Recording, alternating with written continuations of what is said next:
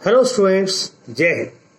बच्चों, हम प्रोनाउन के बारे में बात कर रहे थे, उसी कुछ बची बातें आज करेंगे हम कि एक प्रोनाउन को वाक्यों में सही ढंग से कैसे प्रयोग किया जाए कि हमारे सेंटेंस करेक्ट बने। देखिए, आपकी स्क्रीन पर सबसे पहली चीज आ रही है। अगर किसी वाक्य के अंदर दो या दो से अधिक प्रोनाउंस को एक साथ प्रयोग किया गया हो और वो नॉर्मल वाक्य बना रहे हो तो 2, 3, 1 के नियम के अनुसार वो लगेंगे। अर्थात पहले सेकंड पर्सन प्रोनाउन आएगा, फिर थर्ड पर्सन प्रोनाउन आएगा, फिर फर्स्ट पर्सन प्रोनाउन आएगा। जैसा कि आपके एग्जांपल देखिए, you, he and I R good friends, यानी यू सेकंड पर्सन है, ही थर्ड पर्सन है और आई फर्स्ट पर्सन है। या second example, you and she are working in the same office. You और शी का प्रयोग किया गया जो सेकंड पर्सन और थर्ड पर्सन, यानी अगर 3 हो तो 2, 3, 1, 2 हो तो 23, 31, 21 के रूप में ये प्रयोग किए जाते हैं। लेकिन बच्चों, अगर ये बहुवचन हो, अभी इन दोनों एग्जाम्पल में एक वचन है, अगर ये बहुवचन हो तो फिर इनका क्रम बदलकर 1, 2, 3 हो जाता है। जैसे we, you and they need medical help, we and they are waiting for train. तो यहां वी, यू, दे ये बहुवचन के रूप में प्रयोग किए गए, तो साधारण वाक्य बनाने के लिए इनको हम 1, 2, 3 के क्रम में प्रयोग करते हैं। इसी प्रकार अगला देखिए, अगर किसी सेंटेंस के अंदर कोई अपराध स्वीकार किया गया हो, कमिटमेंट ऑफ गिल्ट हो, सिन हो, मिस्टेक हो, फॉल्ट हो या क्राइम हो, तो उस समय प्रोनाउन का क्रम 1, 2, 3 होता है, चाहे वो एक वचन हो चाहे वो बहुवचन हो। बस फर्क इतना है, इसके अंदर कोई अपना जुर्म स्वीकार किया जाएगा। जैसे I, you and he are guilty of theft, we, you and they have spoiled the meeting. यहां पर guilty of theft, spoil the meeting, ये अपराध को स्वीकार किया गया है, इसलिए प्रोनाउन का क्रम 1, 2, 3 प्रयोग किया गया है। ठीक है बच्चों। इसी प्रकार से अगर किसी वाक्य के अंदर 2 या 2 से अधिक सर्वनाम इस्तेमाल किए गए हो सब्जेक्ट के रूप में और वाक्य में वर्ब के बाद कोई सर्वनाम लगाना हो तो वो नीचे दिए गए टेबल के अनुसार लगाए जाती है। अगर वाक्य के सब्जेक्ट में थर्ड पर्सन और फर्स्ट पर्सन का जोड़ा दिया है तो वाक्य में वर्ब के बाद अगर कोई प्रोनाउन है तो वहां पर फर्स्ट पर्सन का बहुवचन प्रयोग किया जाएगा। इसी प्रकार अगर सब्जेक्ट के रूप में सेकंड पर्सन और थर्ड पर्सन का प्रोनाउन दिया गया है तो वर्ब के बाद अगर कोई प्रोनाउन है वहां सेकंड पर्सन का बहुवचन युक्त किया जाएगा। इसी प्रकार सेकंड पर्सन और फर्स्ट पर्सन अगर सब्जेक्ट के रूप में है तो वाक्य के बीच में वर्ब के बाद फर्स्ट पर्सन का बहुवचन प्रोनाउन प्रयोग किया जाएगा। जैसे कि एग्जाम्पल देखिए, you and I have done our work. अब सब्जेक्ट के रूप में यू एंड आई यानी सेकंड पर्सन और फर्स्ट पर्सन आया है तो वाक्य के बीच में वर्ब के बाद आवर का प्रयोग किया गया। इसी तरह you and he have completed your job, you और ही सेकंड पर्सन और थर्ड पर्सन का जोड़ा है तो वाक्य के बीच में वर्ब के बाद योर यानी सेकंड पर्सन का बहुवचन लगाया गया। इसी प्रकार वी, यू एंड दे या first person, second person, third person लगाए गए हैं तो वाक्य के बीच में फर्स्ट पर्सन का बहुवचन आवर का प्रयोग किया गया। यू, ही एंड आई इसमें second, third and first person प्रयोग किए गए तो फर्स्ट पर्सन का बहुवचन वाक्य के बीच में प्रयोग किया गया, आवर। ठीक है बच्चों। और यहां नीचे लिखा है आई stands for first person pronoun. एक डंडा फर्स्ट पर्सन के लिए दिखा रहा है, 2 डंडे सेकंड पर्सन के लिए है और 3 डंडे थर्ड पर्सन के लिए प्रयोग किए गए। इसी प्रकार यहां देखिए, अगर किसी वाक्य का सब्जेक्ट एक कलेक्टिव नाउन प्रयोग किया गया है और वो एक यूनिट को दर्शा रहा है तो एक वचन प्रोनाउन का प्रयोग किया जाएगा। लेकिन अगर सब्जेक्ट के अंदर जो कलेक्टिव नाउन प्रयोग किया गया है वो बटा हुआ हो, सेपरेटेड हो, डिवाइडेड हो या बहुवचन लग रहा हो तो उसके लिए बहुवचन प्रोनाउन प्रयोग किया जाएगा। जैसे the crew revolted and murdered it's captain. Crew चालक दल यानी एक टीम बन रही है, चालक दल ने अपने कैप्टन का विरोध किया और उसकी हत्या कर दी मिलकर एक टीम के रूप में, तो इट्स का प्रयोग किया गया। Jury gave it's decision. अब ज्यूरी क्या है? ज्यूरी एक टीम है, न्यायाधीशों का समूह है, तो इसके लिए इट्स का प्रयोग किया गया। लेकिन अगले वाक्य में देखिए, द ज्यूरी वर डिवाइडेड। अब ये बटे हुए हैं, ज्यूरी बटी हुई है इसलिए वर का प्रयोग किया गया तो बहुवचन बन गया, इसलिए आगे देयर का प्रयोग किया गया। इसी तरह the government decided to revise their plans outlays. सरकार ने, यहां पर सरकार के लोग अलग अलग बटे हुए हैं इसलिए यहां देयर का प्रयोग किया गया।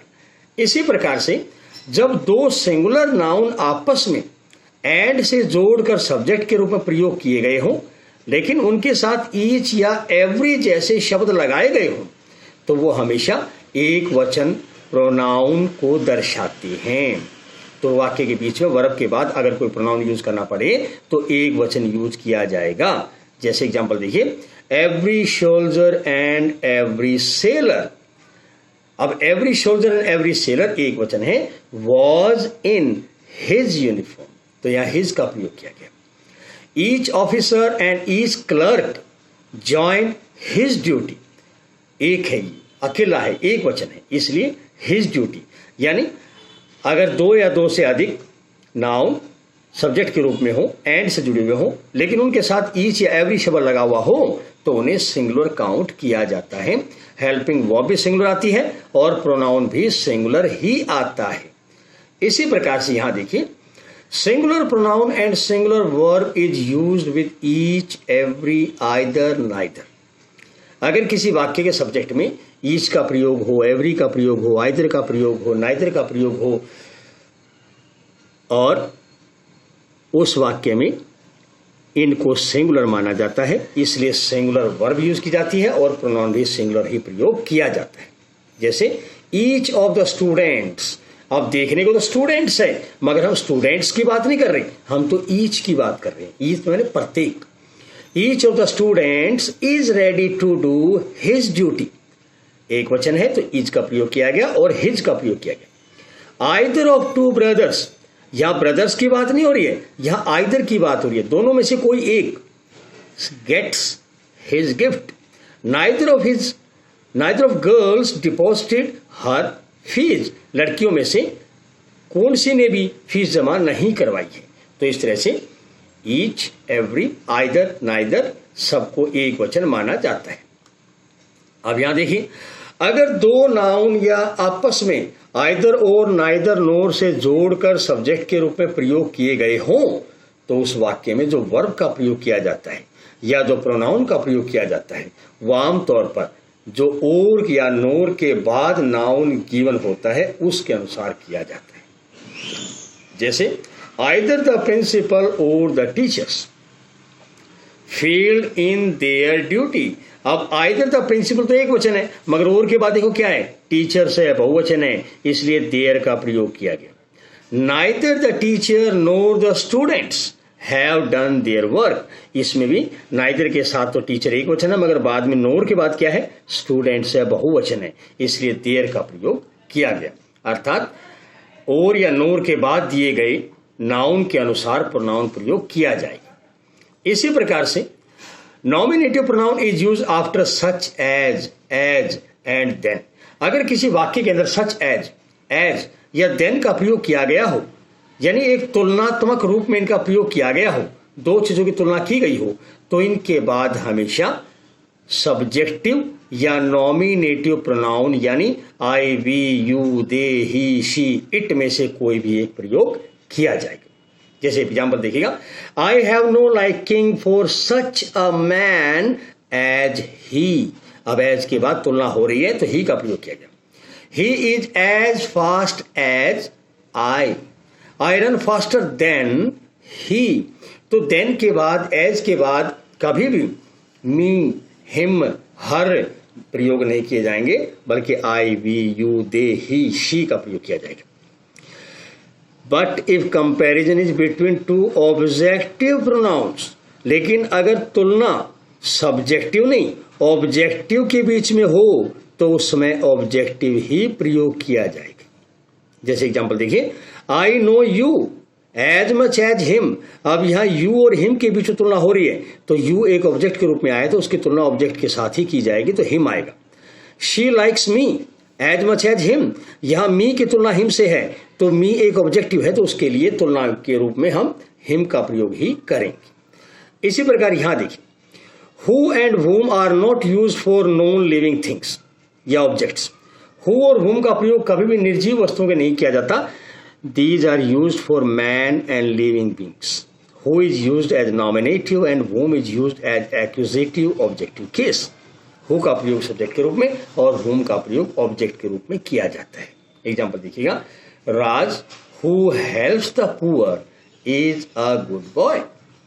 यहां हु को नॉमिनेटिव केस में यूज किया गया। Tomorrow we will announce whom we selected, यहां whom का इस्तेमाल एक ऑब्जेक्ट के रूप में प्रयोग किया गया। तो इन्हें लिविंग के लिए यूज करते हैं, नॉन लिविंग के लिए यूज नहीं करते। इसी प्रकार से तो बच्चों ये हमने कुछ आपके लिए नियमों की बात की। अब थोड़ी सी प्रैक्टिस पे आ जाते हैं। जरा देखिएगा आपकी प्रैक्टिस में हम आपको क्या दिखाते हैं। देखिए क्या लिखा आपके स्क्रीन पर, exercise error find out in sentences. पहला सेंटेंस क्या है, your state is rich but my is poor, no error. इस वाक्य के 4 भाग हैं, चारों में से किसी एक भाग में गलती है। तो जरा अगर आप ध्यान से देखेंगे तो इसमें क्या लिखा है, तुम्हारा स्टेट अमीर है परंतु मेरा गरीब है। तो मेरा के बाद इज दे रखा, माई के बाद इज, जो गलत है। तो माई की जगह अगर माइन का प्रयोग किया जाए तो वाक्य ठीक बन जाएगा। तो इस वाक्य में एरर आपकी बी भाग में है, माई की जगह माइन आना चाहिए। इसी प्रकार दूसरा देखिए, Mr Shukla introduce to the principal as the monitor of the class.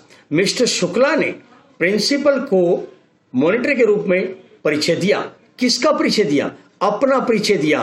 तो ए भाग के अंदर इंट्रोड्यूस्ड हिमसेल्फ आना चाहिए, जो दिया हुआ नहीं है, तो एरर ए में है। इसी प्रकार तीसरा, this is the same dog which barked at her but fortunately did not bite her. यही वो कुत्ता है जो उस पर भौंका था परंतु सौभाग्य से उसे काटा नहीं। इसके अंदर बच्चों विच की बजाय दैट का प्रयोग होना चाहिए, इसलिए ए पार्ट में एरर है, दैट आना चाहिए। इसी प्रकार 4 देखिएगा, the principal as well as the teachers absented themselves from the office. अब देखो इस वाक्य में यहां एक खास बात है जो हम आपको बताने वाले हैं, वो ये है, अगर किसी सब्जेक्ट के साथ एक और भाग along with, together with, as well as प्रयोग करके जोड़ा जाए तो उन्हें कभी काउंट नहीं किया जाता, केवल मेन सब्जेक्ट को काउंट किया जाता है। जैसे इस वाक्य के अंदर जो 4 सब्जेक्ट है, द प्रिंसिपल, ये एक वचन है, इसलिए बी भाग के अंदर themselves का प्रयोग किया गया है, इसकी जगह हिमसेल्फ का प्रयोग आना चाहिए, तब जाकर ये वाक्य करेक्ट बनेगा। तो इस सेंटेंस में एरर बी भाग में है। इसी प्रकार as a teacher of mathematics you are far better than him. अब इस वाक्य में देखिएगा टीचर की तुलना हो रही है यू से और देन का प्रयोग किया गया है। तो देन के बाद हमेशा सब्जेक्टिव प्रोनाउन आता है, इसलिए हिम यहां गलत है, हिम की जगह ही आना चाहिए। इसी तरह अगला देखिए, ours are the same problem that yours. इसमें बच्चों जो आप देख रहे हैं आर्स के बाद आर का प्रयोग किया गया, are the same problem that are yours. तो यहां भी एक और वर्ड आना चाहिए, इसलिए सी सेक्शन में एरर है। You and I have done my homework. अब इसे जोड़ा चल रहा है, किसका जोड़ा चल रहा है, second person and first person का। You and I have done my homework. तो ये बच्चों मैंने कहा था जब ऐसे जोड़े हों सब्जेक्ट के रूप में तो बहुवचन लगता है, तो यू एंड आई का जोड़ा है तो फर्स्ट पर्सन का बहुवचन आना चाहिए। तो सी भाग में देखिए आपको माई दे रखा है, या माई नहीं अवर आना चाहिए। इसी प्रकार the institute of Patna are more expensive than that of Darbhanga. तो इसके अंदर पटना की इंस्टीट्यूट की तुलना दरभंगा की इंस्टीट्यूट से होनी चाहिए, ना कि दरभंगा से। तो यहां सी भाग में एरर है, इंस्टीट्यूट ऑफ दरभंगा। इसी प्रकार 9th में, he says it is his problems but you say it is your also। अब इस वाक्य में वो अपनी समस्या के बारे में बता रहा है और दूसरा अपने के बारे में बता रहा है, तो सी भाग में yours आना चाहिए, तो एरर सी में है। इसी प्रकार बच्चों लास्ट वाक्य, the hotels of Patna are cheaper than Kolkata. अब इसमें बच्चों किससे, कलकत्ता से सस्ता है, कलकत्ता के होटलों से सस्ता है, कलकत्ता के होटलों से। तो यहां इस वाक्य में देन दैट ऑफ कोलकाता आना चाहिए, इसलिए एरर सी भाग में है। तो बच्चों ये थे कुछ वाक्य और कुछ नियम प्रोनाउन का सही ढंग से वाक्य में प्रयोग करने के लिए। See you next time with a new lecture. Have a good day. जय हिंद।